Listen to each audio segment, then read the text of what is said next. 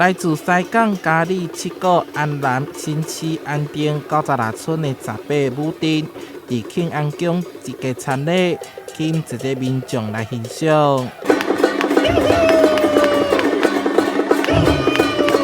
舞阵大会师伫港民高中举办。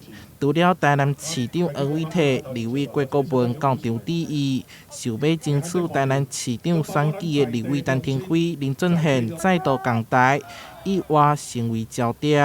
早起7点开始，大家伫庆安宫出发，伫西港街啊，互咱的市民朋友了解到这边舞阵大会师所代表的意义。西港庆安宫举办甲新年西港香是第81颗香科。